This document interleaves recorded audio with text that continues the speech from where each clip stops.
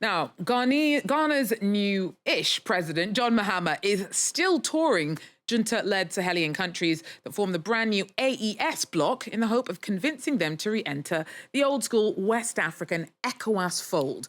Having been in Mali last week, Mahama was in Burkina Faso on Monday, where he acknowledged the rift that saw Ouagadougou, Mali and Niger quit ECOWAS earlier this year, accusing the bloc of not having their back, and that all of this has driven a wedge between the countries of the region.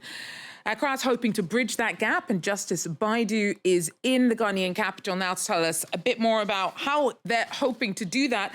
First of all, Justice, so why is it Mahama who is leading the charge on this? He's one of the newest presidents in the ECOWAS bloc, at least, I mean, second time round for him, but, you know, latest to power. Why is he the one who's taking this all on?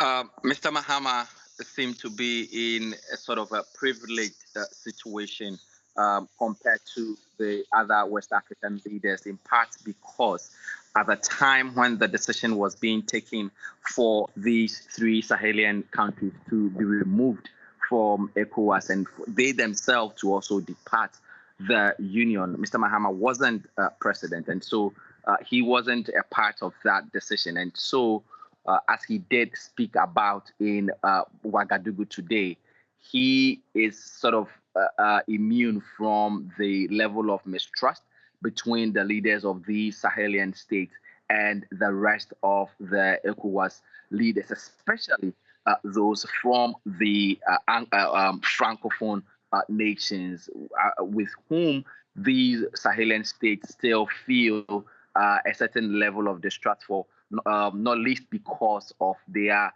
deep ties and connections to France, which is a key player in the issues that are playing up within the ECOWAS sub-region itself. And also in part because Mr. Mahama himself seemed to enjoy a certain level of credibility that many leaders within the region would want to tap into. And it has been described as part of the things that could help in addressing these impasse between ECOWAS and the states.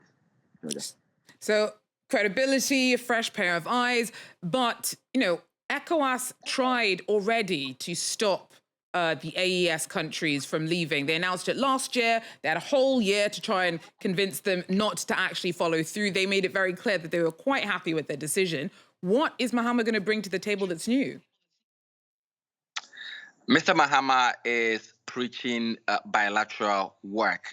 So for him, the first step is to improve or to engage so that he brings these countries closer to Ghana first and then the bigger ECOWAS next. In fact, one of the first appointments that he did make was to appoint a special envoy, who is a top security person within Ghana's national security apparatus, specifically dedicated to the countries in this AES. And the work of that this person is supposed to be doing is to be the bridge between the new Ghanaian government and these countries. Ghana is in doing this in part because it looks like it is the country that stands to lose the most if these countries decide not to collaborate any longer with the ECOWAS. Two of these countries, Burkina Faso and Niger, take a lot of their imports because they are landlocked countries, take a lot of their imports through Ghana, Niger and Burkina Faso. In fact, only last week, Burkina Faso began a huge process to store up a lot of oil and energy in Ghana's port city of Tema, which they are planning to transport through Ghana's pipelines to Burkina Faso. And Burkina Faso is also a big trading partner. It supplies a huge chunk of Ghana's vegetable resources, especially on its market. And so it is not at all in Ghana's interest that these countries decide to stay away. Thanks so much for that. Breaking that all down for us is our Justice Baidoo, speaking to us from Accra.